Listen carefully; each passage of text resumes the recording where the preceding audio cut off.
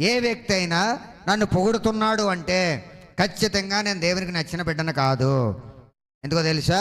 నా బట్టి నా దేవుడు మహిమపరచబడాలి. ఎప్పుడైతే మనుషులు నన్ను పైకి లేపుతున్నారో, ఎప్పుడైతే మనుషుల దగ్గర నాకు మంచి పేరు వస్తుందో, నా దేవుని దగ్గర ఎందుకు పనికిరాని వాడిని, చెత్త ఎదవనని దాన్ని బట్టి అర్థం చేసుకోవాలి. నిన్నైనా అంతే. ఏ వ్యక్తి అయినా దేవుని మహిమపరచకుండా, తండ్రిని మహిమపరచకుండా నిన్ను ఒకవేళ పొగుడుతుంటే ఖచ్చితంగా నీలో వేషధారణ భక్తి అయినా ఉండాలి, నువ్వు పొగడతల కోసం ఎదురు చూసే వ్యక్తి అయినా ఉండాలి, నీలో నామకార్థ క్రైస్తవ జీవితమైనా ఉండాలి, మనుష్యుల కోసం పనిచేసే వ్యక్తివైనా ఉండాలి. ఈ లక్షణాలు ఎవరిలో అయితే ఉంటాయో వారు ఖచ్చితంగా మనుష్యుల చేత పొగడబడతారు.